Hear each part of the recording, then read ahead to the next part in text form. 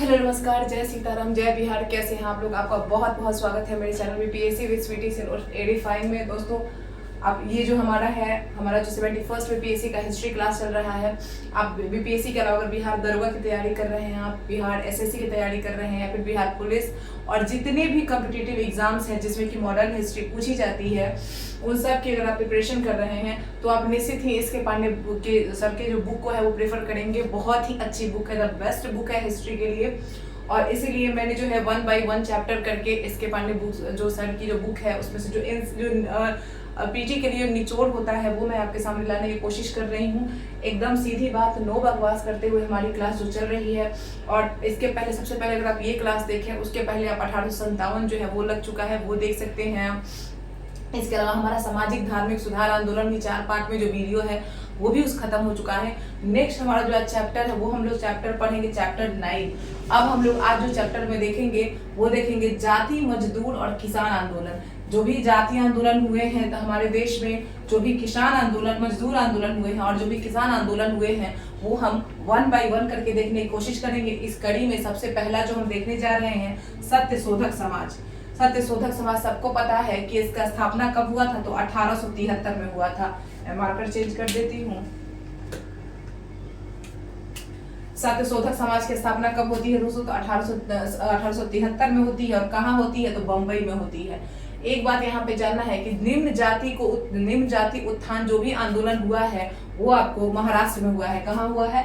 तो महाराष्ट्र में हुआ है, ठीक है। और इसकी शुरुआत कहाँ से हुई? तो इसकी शुरुआत हुई ज्योतिबा फूले के द्वारा। चूंकि ज्योतिबा फूले जो है, इन्होंने सबसे पहले महाराष्ट्र में 1873 में एक समाज की स्थापना की, सत्यशोधक समाज। और ये समाज क्या करता था? ये ब्राह्मण विरोधी था। और जो भी आडंबर हो रहे थे हिंदू धर्म में, और जो भी निम्न जाति, जो छुआछूत हो रहा था, भेदभाव हो रहा था निम्न जातियों के साथ, उसके विरोध में जो है सत्यशोधक समाज की स्थापना ज्योतिबा फूले ने की थी। और इन्होंने निम्न जातियों के उत्थान का कार्यक्रम चलाया। और ये जो है इतना अच्छा कार्यक्रम इन्होंने चलाया कि इनको महात्मा की उपाधि दी गई है। ज्योतिबा फूले को जो है महात्मा ज्योतिबा फूले भी कहा जाता है, इनकी ये पदवी है। यह आंदोलन ब्राह्मण विरोधी था। इन्होंने एक पुस्तक लिखी थी, बहुत इंपॉर्टेंट है पुस्तक और बहुत बार पूछी जाती है, और वो पुस्तक है गुलामगिरी। जो बहुत बड़ी पीटी फैक्ट पूछा जाता है हर एक एग्जाम में, बहुत सारे एग्जाम में मैंने देखा है इस क्वेश्चन को बार बार रिपीट होते हुए। गुलामगिरी पुस्तक किसने रचा है? तो गुलामगिरी पुस्तक के लेखक हैं ज्योतिबा फूले, महात्मा ज्योतिबा फूले। और ये कब लिखी गई है? तो 1872 में। ये ज्यादा इंपॉर्टेंट नहीं है, लेकिन पुस्तक लिखी किसने ये पूछता है। इसके बाद है कि इनका दूसरा पुस्तक का नाम है सार्वजनिक सत्य धर्म। सार्वजनिक सत्य धर्म जो पुस्तक है वो भी ज्योतिबा फूले जी ने ही लिखा है। तो यहाँ से आप देख सकते हैं। और ये कोई भी क्वेश्चन पूछ सकता है कि निम्न जनजाति उत्थान आंदोलन कहाँ से शुरू हुआ है, तो वो आपको शुरू हुआ है महाराष्ट्र से, ठीक है। नेक्स्ट हम बात करते हैं कि निम्न जाति सुधार आंदोलन में गांधी जी का योगदान देखते हैं। चूंकि गांधी जी का योगदान जो है अस्पृश्यता उन्मूलन या फिर निम्न जातियों के उत्थान में बहुत बड़ा रहा है। गांधी जी ने अस्पृश्यता आंदोलन में अपना पूरा जीवन लगा दिया है। हम देख रहे हैं कि जो मैला ढोने वाले लोग हैं या फिर जो भी छुआछूत भेदभाव है उस सबको गांधी जी ने कभी नहीं माना, और उन्होंने जो है हमेशा इसका विरोध किया। 1932 का एक समय आता है। 1932 के समय में गांधी जी जो है वो अछूतों को एक नाम देते हैं, हरिजन। यानी हरिजन का मतलब होता है हरि का जन, यानी भगवान का जो है जन है, वो नाम दिया था, हरिजन नाम दिया था अछूतों को। 1932 में दिया था। किसने दिया था? तो महात्मा गांधी ने दिया था। इसी समय इन्होंने एक हरिजन सेवक संघ की भी स्थापना की थी, ठीक है। अब इसको कहते हैं all India depressed class association. Gandhi ji ने जो हरिजन सेवक संघ की स्थापना की उसको all India depressed class association कहते हैं। क्वेश्चन पूछा जाता है बहुत बार, क्योंकि गांधी जी से जुड़ा हुआ है तो इसीलिए इस क्वेश्चन बहुत ज्यादा पीटी फैक्ट बन जाता है। किसी भी एग्जाम की तैयारी कर रहे हैं, जहां भी आपको हिस्ट्री पूछा जाता है, तो इन सब क्वेश्चंस को आपको निश्चित तैयार करके जाना है। अब ये चूंकि आपके पास समय नहीं है, और जो मेरे पास भी इतना समय नहीं कि आपको मैं पीडीएफ प्रोवाइड करा सकूं, तो इसीलिए आप मेरे वीडियो को एक बार 2 बार निश्चित रूप से देख सकें, ताकि आपको जो भी इसके पांडे की बुक में जो भी पीटी फैक्ट आपके लिए बना है वो मैं आपको निश्चित रूप से करा दूंगी। तो आप इस चीज की टेंशन ना लें। और अगर आप अच्छे से करते हैं इसको, तो मैंने कहा ही है कि 30 में 27 जो है मेरा एम है वो आपको दिलाना, वो निश्चित रूप से दिलाऊंगी। तो ये चीज आपने यहाँ तक याद कर लिया। अब हम नेक्स्ट स्लाइड में आगे बढ़ते हैं।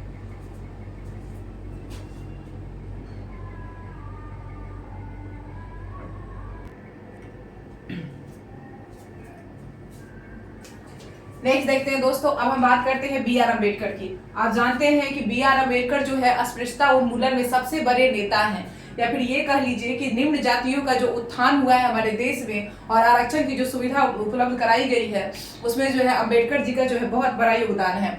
तो इनके चर्चा के बिना हम निम्न जाति जो उत्थान आंदोलन जो है उसके बारे में चर्चा नहीं कर सकते, वो चर्चा पूरी ही नहीं हो सकती। डॉक्टर बी आर अम्बेडकर की बात करें तो ये स्वयं जो है एक अस्पृश्य जाति से थे, महार जाति से।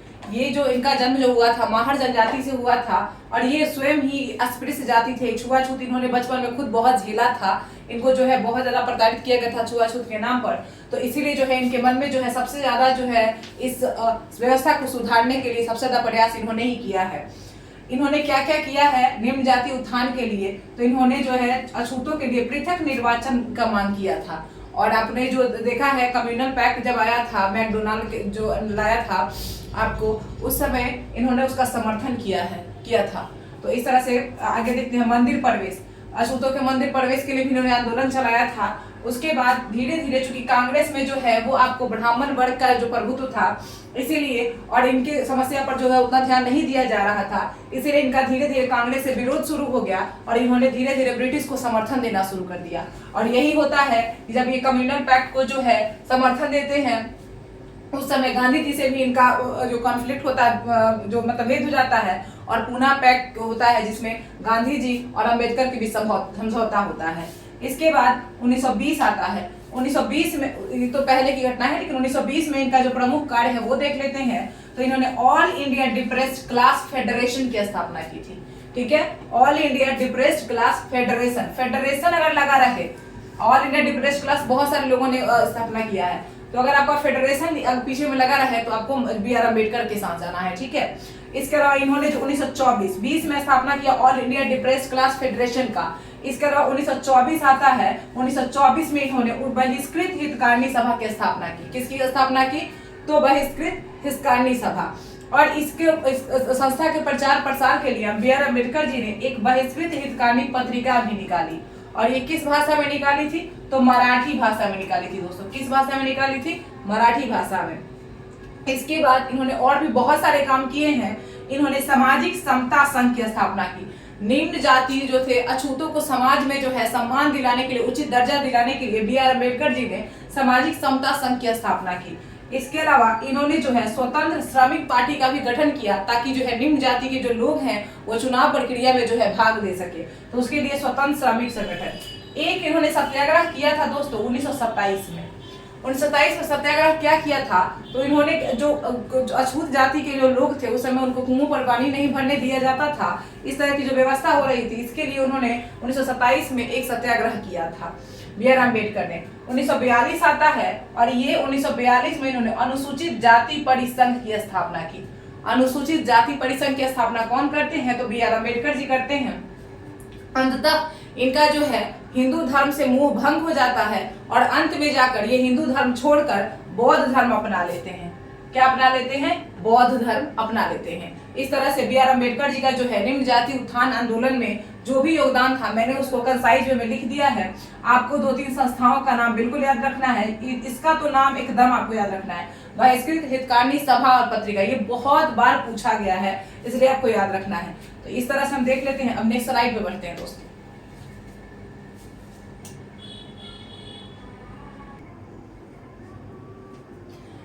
नेक्स्ट बढ़ते हैं दोस्तों। एक और शख्स है जिसका नाम हमें बहुत याद रखना है और चूंकि इसके बारे में बहुत कम जगह बताया गया है, ये हैं साहू जी महाराज। साहू जी महाराज कहाँ के? 1920 के दशक में ये कोल्हापुर के महाराज थे। कहाँ के महाराज थे? कोल्हापुर के महाराज थे। और इनका ब्राह्मणों के प्रति बहुत विरोध था, इसीलिए इन्होंने अपने राज्य में गैर ब्राह्मणों को जो है, अस्पृश्यों को है बढ़ावा दिया और उनके लिए आरक्षण की व्यवस्था की। तो सबसे पहला आरक्षण लागू किया है किसने? साहू जी महाराज ने अपने राज्य में। और चूंकि ब्राह्मणों से इनका बहुत विरोध था, इसीलिए इन्होंने हिंदू वैदिक कर्मकांड जो भी थे, पूजा पाठ का काम था, अपने राज्य में गैर ब्राह्मणों को इसके लिए प्रशिक्षण देना शुरू किया। तो ये काम किसने किया है? साहू जी महाराज ने, कोल्हापुर के महाराज थे। नेक्स्ट हम देखते हैं कि दक्षिण भारत। देखिए दक्षिण भारत में क्या होता है कि जब 1921 आता है तो 1901 जब आता है उस समय तक बहुत सारी जातियों ने अपने आप को क्षत्रिय जाति कहना शुरू कर दिया और अपने लिए उच्च स्टेटस यानी दर्जे की मांग की। उसमें आपको देख लीजिए तो उसमें एक जाति थी जिसका नाम था मान, उसने अपने आप को नादर कहना शुरू कर दिया। इसी तरीके से लाल है, रेड्डी है, कम्मा है, इन सब ने भी जो है ब्राह्मणों का विरोध शुरू कर दिया। अब इसी क्रम में जो है आपको एक आंदोलन आता है जो बहुत इंपॉर्टेंट है दक्षिण भारत का, वो है अबीरपुरम आंदोलन। क्या नाम है दोस्तों? अरबीरपुरम आंदोलन। और ये चलाया था श्री नारायण गुरु ने। किसने चलाया था? श्री नारायण गुरु ने चलाया था। और ये कब कहाँ के थे? तो केरल में जन्मे थे और केरल में ही आंदोलन चला था और केरल से ये दक्षिण भारत में फैला था। आंदोलन कब? अरबीरपुरम आंदोलन 1988 में चला था। कब चला था? 1988 में। और जो इन्होंने नारायण गुरु ने एक क्या किया था, ये शुरू कैसे हुआ था, अरबीरपुरम क्यों कहते हैं? तो अरबीरपुरम जो जगह है दक्षिण भारत में, वहां पे इन्होंने जो है अछूतों के लिए एक शिव प्रतिमा, शिव मंदिर की स्थापना की थी। और उसके बाद उन्होंने कहा था कि मानव के लिए एक धर्म, एक जाति और एक ईश्वर ही है। किसने कहा था? ये स्टेटमेंट बहुत बार पूछा गया है कि ये स्टेटमेंट किसकी है कि मानव के लिए एक धर्म, एक जाति और एक ईश्वर। तो ये कहा है श्री नारायण गुरु ने। किसने कहा है? श्री नारायण गुरु ने। अब इनके एक शिष्य आते हैं जिनका नाम है अय्यप्पन राजराजन। इनके शिष्य का नाम क्या है? अय्यप्पन राजराजन। वो इनसे भी एक कदम आगे बढ़ते हैं और वो कहते हैं मानव का न कोई धर्म, न कोई जाति और न ही ईश्वर। मतलब ये मानव के लिए कोई धर्म, जाति और ईश्वर को स्वीकार ही नहीं करते हैं। हम अगले स्लाइड की तरफ बढ़ते हैं।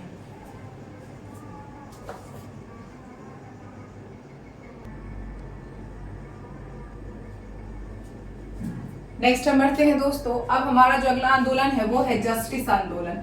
जस्टिस आंदोलन जो है वो आपको 1916-17 में चला था। कब चला था? 1916 और 17 में। और ये चलाया था किसने? CN मुदलियार, TM नायर और P त्यागराज। किसने? CM मुदलियार, नायर और त्यागराज। मुदलियार, नायर और त्यागराज जो है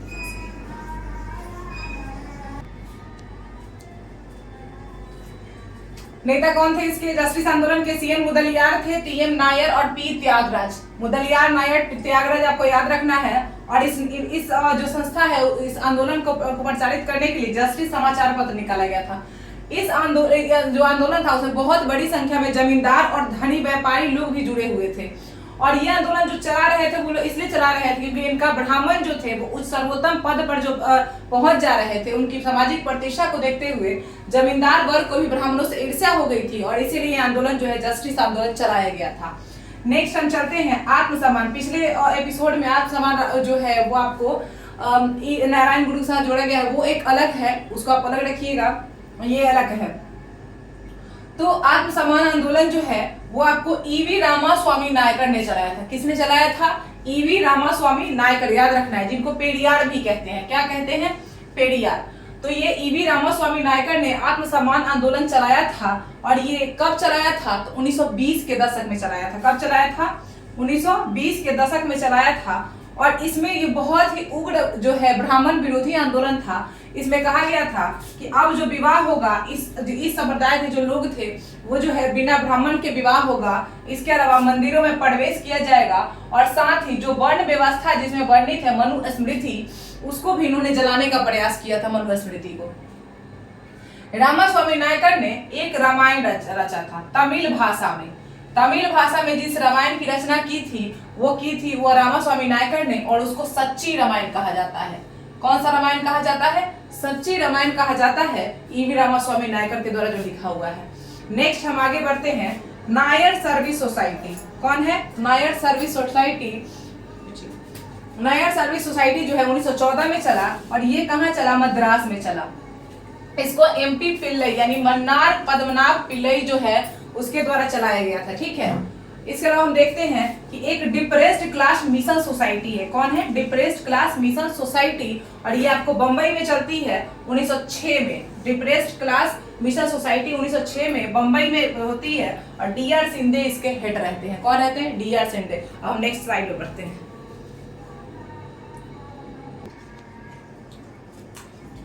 नेक्स्ट हम आगे बढ़ते हैं वायुकुल सत्याग्रह। वाईकुंठ सत्याग्रह जो था ये शुरू तो दक्षिण भारत से हुआ था, लेकिन पूरे देश में जो है इसका बहुत कड़ा प्रतिरोध, मतलब बहुत पूरे देश में ये फैला था। और इस आंदोलन का जो शुरुआत हुआ था 1924 में हुआ था। वाईकुंठ त्रावणकोर का एक जगह है, केरल में एक जगह है त्रावणकोर, और त्रावणकोर में एक गांव है वाईकुंठ। इस गांव में हुआ क्या था, इस गांव में जो नीची जाति के लोग थे वो विद्रोह कर रहे थे कि उन्हें मंदिर में प्रवेश करने दिया जाए, लेकिन उनको मंदिर में प्रवेश नहीं करने दिया जा रहा था। इसीलिए वहां पे वाईकुंठ सत्याग्रह शुरू हुआ था। चूंकि जगह का नाम वाईकुंठ था इसीलिए यहाँ से ही शुरू हुआ, इसलिए वाईकुंठ सत्याग्रह इसको नाम दिया जाता है। चूंकि जब 30 मार्च 1924 आता है और जो इस आंदोलन को प्रबल रूप से तब तक ये पूरे देश में प्रसारित हो गया था, रामास्वामी नायकर जो है वो मदुरै में इसका संचालन कर रहे थे। तो वाईकुंठ सत्याग्रह का मदुरै में संचालन कौन कर रहे थे, तो रामास्वामी नायकर कर रहे थे। और इसके मुख्य जो नेतृत्वकर्ता कौन कौन थे, तो इसमें नारायण गुरु थे, ठीक है, नारायण गुरु, एन कुमारन और टीके माधवन। नारायण गुरु, एन कुमारन और टीके माधवन जो थे वो वाईकुंठ सत्याग्रह के प्रमुख नेता थे। और मदुरै में इसका नेतृत्व कर रहे थे रामास्वामी नायकर, जो आत्मसम्मान आंदोलन के थे। 1925 का समय आता है, 24 में शुरू होता है, 25 का समय आता है, जब पूरे देश में ये फैलता है तो महात्मा गांधी पहुंचते हैं त्रावणकोर। महात्मा गांधी जाते हैं त्रावणकोर, वहां के राजा रानी से बातचीत करते हैं। उसके बावजूद वहां की सड़कें तो हरिजनों के लिए खुलवा दी जाती है। मतलब वाईकुंठ एक ऐसा जगह था जहां पर ना सड़क थी, ना ही जो है कुआं था, ना ही तालाब, किसी भी चीज में दलितों को एक्सेस नहीं दिया गया था। तो यहाँ पे जब महात्मा गांधी जाते हैं त्रावणकोर तो सिर्फ सड़कें खुलवाई जाती है जिस पर हरिजन चल सकते थे, बाकी जो है मंदिर में प्रवेश फिर भी वर्जित ही रहता है।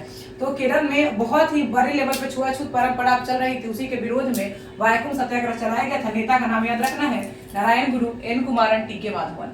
हम आगे पढ़ते हैं।